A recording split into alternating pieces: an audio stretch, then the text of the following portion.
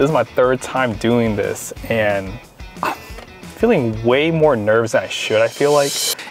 And there's a good reason for that. I've been lucky to travel all over the world to document some of the largest soccer card collections. However, this collection is the largest yet. I've seen the largest Musiala collections, the largest Messi collections, but today we're visiting Pierre and his son Dillon, and they have a massive collection ranging from modern to high-end.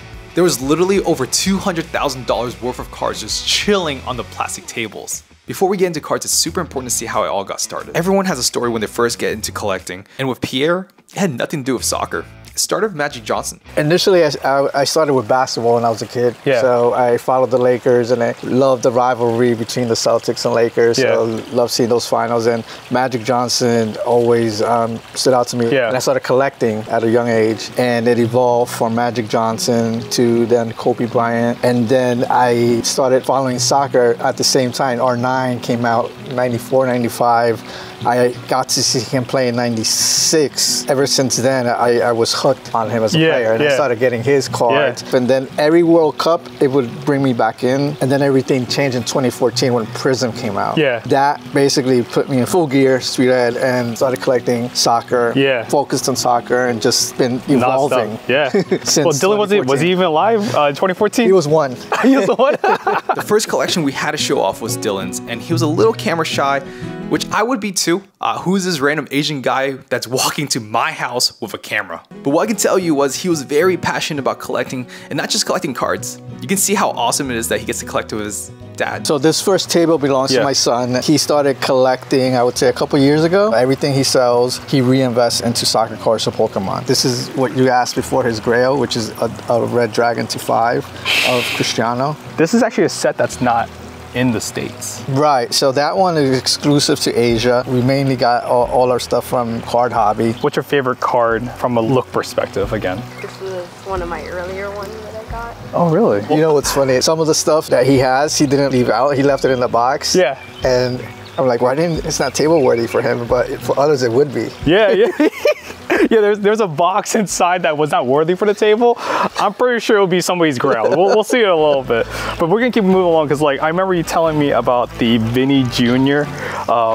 Debacle. I think you were collecting him for a little bit, and all of a sudden you just dumped him for some reason. I was collecting him early on, 2018, all his stuff. And Treble was probably his biggest, it was his premier cards. Yeah. So I had a bunch of Treble, Topps Chrome stuff, and there was a game that he was starting, and Zidane like benched him, and he didn't do what he was supposed to do. And there was a couple of games into that, and I just got upset with him and initially just gave up on him. I didn't think he was gonna make it, which was a huge mistake, right?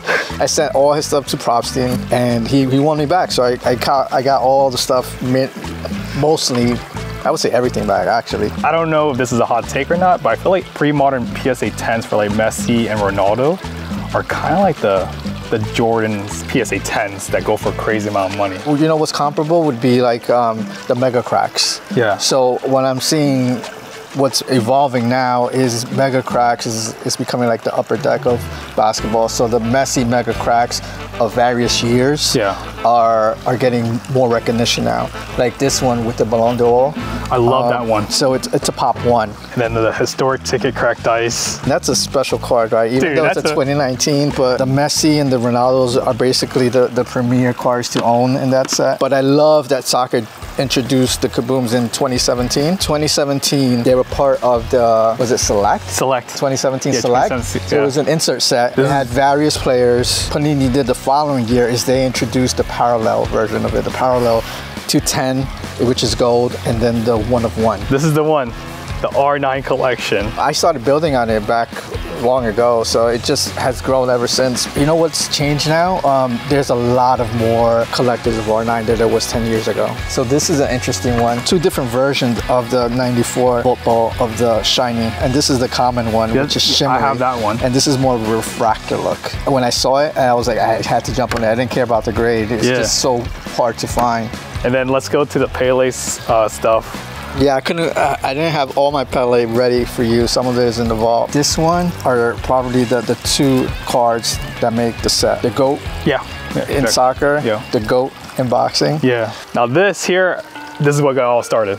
Well, it was Magic and then Kobe, right? Oh, Magic and Kobe, okay. Yeah. So Magic got me into collecting essentially. Yeah. So the Topps rookie card was always a grail for me as a kid. Yeah. And I always tried to get it, acquire it, but I slowly started getting all the cards.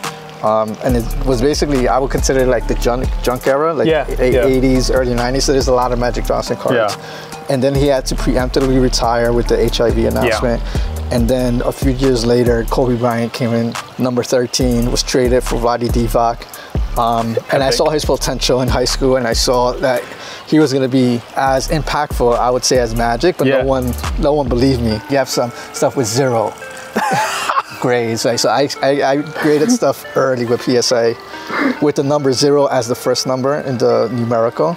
So some of this stuff, you could see there's no sticker label. Dude, the certification is crazy. Like, I feel like it's actually more valuable to not send it back in with the updated label. But some people prefer that. I mean, I'm not going to change them, but this is sick. This is the big one. I would consider this bigger than the Topps Chrome. The percentage rate of PSA 10 is like 0.002, so less than 1%. I think less than 25 exist, and I'm one of them. And then now we're moving into the ticket game. Yeah, so it's I'm a novice. I would consider myself. I don't have many tickets. I would say like 40 to 50. I do believe in milestone tickets, like the debuts, key goals, breaking records, team debuts as well if they switch teams. The special thing about this table I would consider would be the full ticket debuts of Cristiano Ronaldo. So I have 4 of them. 6 exist in the world. To find a full ticket from 2002 in Portugal, super difficult.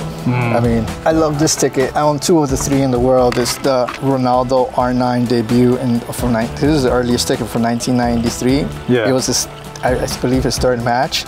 It was a tournament that Cruzeiro went to play in Portugal, and this is the first time he played in Europe.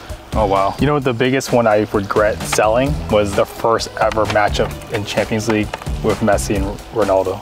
Yeah, that's a good milestone. Yeah, I sold it.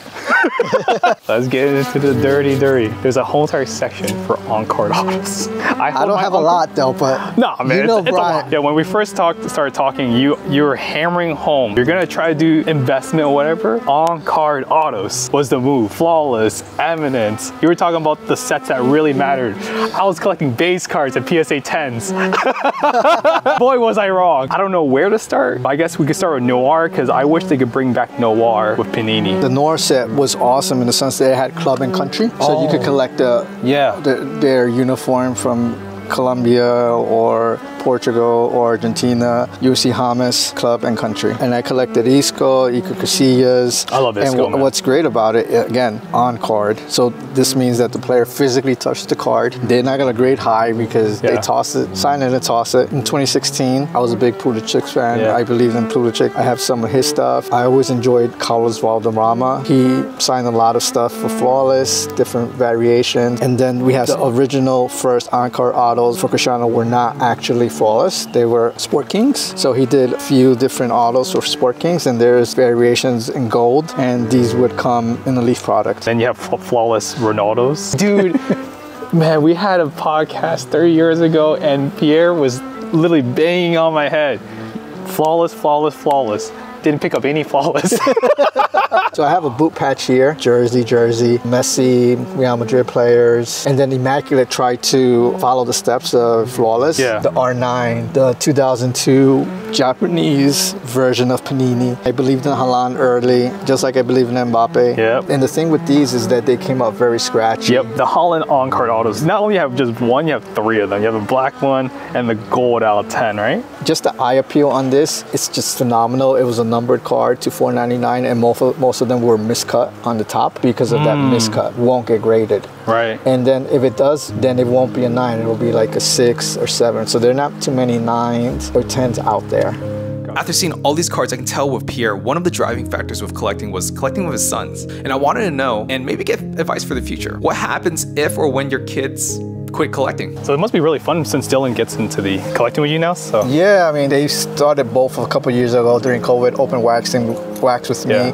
And then Dylan got hooked, my youngest. He got hooked, and ever since he's been collecting soccer wax. He's excited about that, and he's becoming like me, trying to always his game. uplift, yeah. Have you ever thought of like, what if he gets older and just puts it away? Have you thought about that yet? No. I don't know, or it's more like you kind of flow. You know what? Yeah, how do you think about that? I'm always curious as a dad, because I feel like I would be sad. Once that is ignited in you, it'll stay with you forever. Oh, I see. I lived it, was buried for a few years. Yeah. I would say maybe a decade. Yeah. But it's back. Yeah. You know? And it comes and goes, right? Yeah. You need the youth to continue the hobby, because it can't just be old guys like us. Oh yeah, I know. I'm old now, man. Josh just called me old, so. Yeah, my oldest. That advice really stuck with me because he's right. Once you start collecting, it always stays with you. If you guys enjoyed this video, please like and subscribe. Make sure to check out Dylan and Pierre's Instagrams. The link is in the bio. And yeah, with that being said, hope you guys enjoyed the video. Talk to you guys soon.